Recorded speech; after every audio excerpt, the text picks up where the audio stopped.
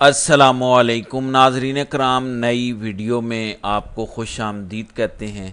इस वक्त इस्लामाबाद में हलचल ही हलचल है, दौड़ें लगी हुई हैं और वक्त कम है, मुकाबला सख्त है।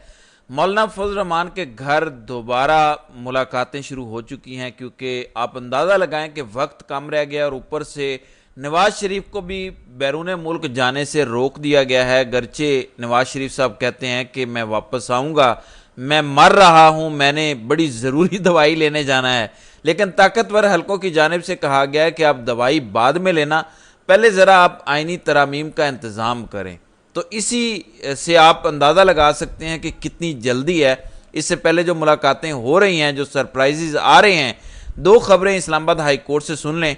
एक तो पीटीवी के अंदर तैनातियां की जा रही हैं, जो लगड़ भगा, जो सड़क छाप, जो लौंडा लपाड़ा मिल गया उसको उठाकर पीटीवी में लगा दिया है। क्या नजम वली, क्या रजी दादा, क्या नीलम बिनेश, कोई इस तरह का नाम नहीं बचा हुआ जो आपने सुना नहीं होगा। जो टिकटॉकर है उसको पीटीवी में भर्ती कर दिया गया है और भारी तनख्वाहें 11-11, 12-12 लाख माहाना तनख्वाहें और दीगर सहूलियात और मराआत अलग हैं। लिहाजा अब ये जो बगैर इजाज़त के बोर्ड ऑफ डायरेक्टर की मंजूरी के बगैर तैनातियां की गई हैं, इसको इस्लामाबाद हाई कोर्ट के अंदर चैलेंज किया गया था और जस्टिस मोहसिन अख्तर कियानी ने बड़ा सरप्राइज दिया है और उन्होंने पीटीवी में मजीद तैनातियों और भर्तियों के हवाले से पाबंदी आयद कर दी है और वफाकी हुकूमत को 30 रोज़ में पीटीवी बोर्ड ऑफ डायरेक्टर की तैनाती का हुक्म भी दे दिया है। दूसरी जानिब सिकंदर सुल्तान राजा के दिन गिने जा चुके हैं। सिकंदर सुल्तान राजा के ऊपर एक जानिब जो मखसूस नशिस्तें हैं उसके फैसले के बाद आर्टिकल 6 की तलवार लटक रही है। दूसरी जानिब जो chief election commissioner Sikandar Sultan Raja है उसकी तैनाती को इस्लामाबाद हाई कोर्ट में चैलेंज किया गया है। शहरी अकमल बारी उनकी जानिब से वकील सरदार लतीफ़ खोसा के ज़रिए दरख्वास्त दायर की गई है कि सिकंदर सुल्तान राजा को ओहदे से हटाया जाए और यह केस अब समाअत के लिए मुकर्रर हो गया है। आज इस पर समाअत होगी और chief justice Islamabad high court justice Aamir Farooq समाअत करेंगे। लिहाजा इस केस से कोई ज़्यादा तवक्को नहीं रखनी चाहिए। जिस तरह से पहले वो ट्रिब्यूनल वाला मामला दोबारा इलेक्शन कमीशन को दे दिया गया और आज इलेक्शन कमीशन ने दूसरी बार जस्टिस तारिक महमूद जहांगीरी से इलेक्शन ट्रिब्यूनल का रिकॉर्ड वापस तलब कर लिया है, वापस मांग लिया है। पहली दफ़ा जब मांगा था तो उस वक्त जस्टिस आमिर फारूक ने बड़ी जज्बाती बातें की थी और कहा था कि आप कैसे ट्रिब्यूनल्स चेंज कर सकते हैं, आप कैसे हमारे जज पर इल्ज़ाम लगा सकते हैं। लिहाजा दोबारा से इलेक्शन कमीशन ने जस्टिस तारिक महमूद जहांगीरी से इस्लामाबाद के तीनों हलकों का रिकॉर्ड वापस मांग लिया है। फिर आज इरफान सिद्दीकी की मुलाकात हुई मौलाना फजल रहमान से, बड़ी उन्होंने मिन्नतें की। उन्होंने कहा कि मौलाना आप हमारे साथ जचते हैं, आप हमारी टाइप के बंदे हैं और हम आपकी टाइप के बंदे हैं, किधर है पीटीआई और कहाँ की उसूली बातें, छोड़ें इन बातों को, लानत भेजें और हमारे साथ हैं। बहरहाल उसके बाद एक और वफद अब पहुँचा कल रात अंधेरे में मौलाना फजल रहमान के पास और ये वफद कमरुज़्ज़मान कायरा इसमें शामिल थे और सैयद नवीद कमर थे। ये पीपल्स पार्टी का वफद पहुंचा क्योंकि बिलावल भुट्टो को अब आगे लगाया हुआ है कि बिलावल साहिब अगर आपने आईनी तरामीम करवा दी तो फिर शहबाज को हटा के हम आपको वजीर आज़म बना देंगे। तो मुद्दा यह है कि अब शहबाज की कुर्सी भी खतरे में है। अब नया वजीर आज़म ताकतवरों ने ढूंढ लिया है बिलावल भुट्टो जरदारी की शक्ल में, जो ज़्यादा ताबेदार है, जो शहबाज शरीफ का भी रिकॉर्ड तोड़ रहा है। इसलिए पीपल्स पार्टी ज़्यादा इस वक्त एक्टिव है कि अगर हमने बिलावल को वज़ीर आज़म बनवाना है तो इसी टेन्योर में बनवा सकते हैं, फिर तो कोई चांस नहीं होगा। यानी अब हम अपने वोटों के बलबूते पर तो नहीं बनवा सकते, ताकतवरों के आशीर्वाद से ही बनवा सकते हैं।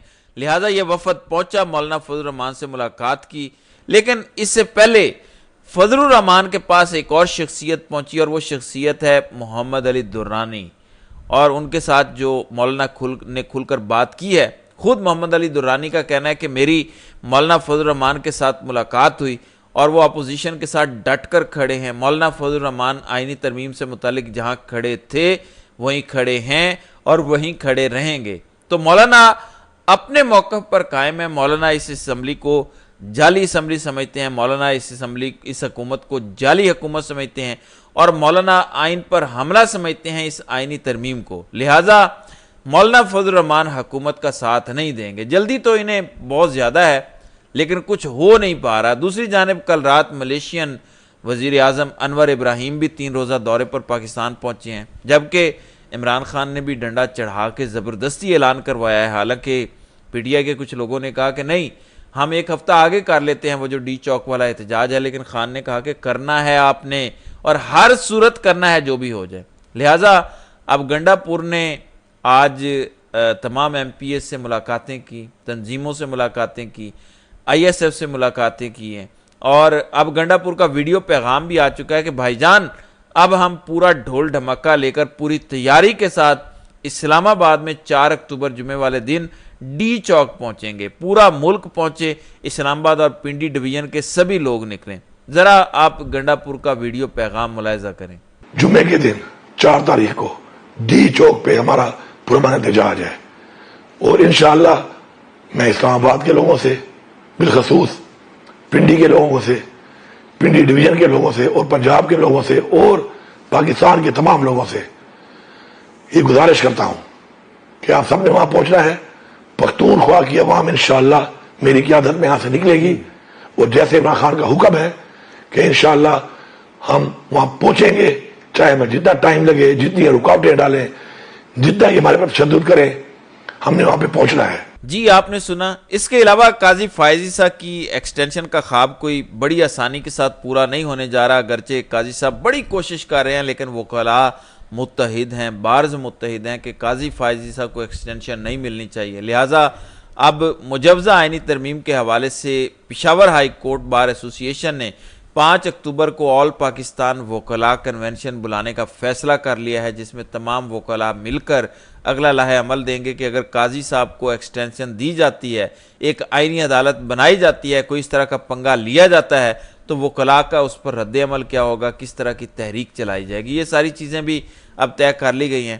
اچھا، ایک طرف یہ سارا نظام چل رہا ہے پاکستان کے اندر، رات کے اندھیروں میں ملاقاتیں ہو رہی ہیں، ابھی اور بھی بڑی ملاقاتیں ہوں گی، ابھی بڑی ہلچل ہوگی جیسے جیسے دن قریب آئیں گے، کیونکہ بلاول بھٹو نے کہا ہے کہ ہم نے 25 اکتوبر سے پہلے یہ آئینی ترامیم کروانی ہے۔ اگر 25 اکتوبر گزر گیا تو پھر یہ آئینی ترامیم بہت زیادہ مشکل ہو جائیں گی، لہٰذا یہ ہم نے کروانی ہی کروانی ہے۔ پھر دوسری جانب پنجاب حکومت نے اڈیالہ جیل پنڈی کے جو ڈپٹی سپرنٹینڈنٹ تھے، جو گرفتار ہوئے تھے، محمد اکرم، اور اسسٹنٹ سپرنٹینڈنٹ ریاض خان سمیت 4 اہلکاروں کو نوکری سے نکال دیا ہے، اور اس کا نوٹیفیکیشن اس وقت جاری ہو چکا ہے۔ اعلامیے میں کہا گیا کہ قیدی کے قتل کی انکوائری میں قصور ثابت ہونے پر اہلکاروں کو برطرف کیا گیا ہے۔ اڈیالہ جیل کے ذہنی مریضوں کے سیل میں 29 فروری کو قیدی کے قتل پر انکوائری جاری تھی۔ آئی جی جیل خانہ جات پنجاب نے قتل کے واقعہ پر انکوائری کا حکم دے رکھا تھا۔ نوٹیفیکیشن کے مطابق انکوائری میں ڈپٹی سپرنٹینڈنٹ محمد اکرم سمیت 7 ملازمین کو قصوروار قرار دیا گیا تھا۔ انکوائری 7 میں سے 4 اہلکاروں کو نوکری سے فارغ کرنے کی سفارش کی گئی۔ تو یہ محمد اکرم جو ڈپٹی سپرنٹینڈنٹ ہیں ان کے ساتھ ہو رہا ہے۔ در حقیقت ان پر اصل الزام اور اصل سزا جو انہیں دی جا رہی ہے وہ عمران خان کی وجہ سے ہے۔ ان کا کہنا ہے کہ انہوں نے عمران خان کو سہولیات فراہم کی تھیں، لیکن جو ہو رہا ہے وہ آپ کے سامنے ہے۔ ناظرین کرام، جب یہ صورتحال پاکستان میں ہے تو خطے کی صورتحال بڑی خراب ہے۔ اسرائیل کی جنگی کابینہ ہے، اس کا اجلاس ہوا اور یہ فیصلہ ہو چکا ہے کہ ایران پر جوابی حملہ کیا جائے گا، وہ چاہے آج رات کیا جائے یا کل کیا جائے، لیکن حملہ کیا جائے گا۔ ایران کی جوہری تنصیبات کو، ایران کے تیل کے ذخائر، ایرانی تیل کی فیکٹریز اور کمپنیز کو نشانہ بنایا جا سکتا ہے، اور پوری کی پوری تنصیبات کو تباہ کیا جا سکتا ہے۔ اسرائیل سمجھتا ہے کہ اگر ہم نے ایران کے تیل کو نشانہ بنا لیا تو ہم ایران کو معاشی طور پر ایک بڑا جھٹکا دیں گے، معاشی طور پر کمر توڑ دیں گے ایران کی۔ لہٰذا ایرانی معیشت کو تباہ کرنے کے حوالے سے اور ایران کو ایک گہری چوٹ پہنچانے کے حوالے سے اور بدلہ لینے کے لیے اسرائیل نے امریکہ کے ساتھ یہ منصوبہ بندی کر لی ہے۔ لہٰذا پاکستان کے اندر بھی پاکستان کا ایئر کنٹرول بھی ہائی الرٹ ہے، ایرانی فورسز بھی ہائی الرٹ ہیں، اور اس وقت پورا خطہ جو ہے وہ ہائی الرٹ ہے، جبکہ پاکستان میں موجود پاکستانی فیصلہ ساز کمپنی سرکار، جن کا کام سرحدوں کی حفاظت کرنا تھا، وہ آئینی ترمیم کروانے کے لیے ایکٹیو ہوئے پھرتے ہیں۔ تو ناظرین کرام، آپ کی اس ویڈیو کے حوالے سے کیا رائے ہے؟ آپ اپنی رائے کا اظہار کامنٹ سیکشن میں ضرور کیجیے گا۔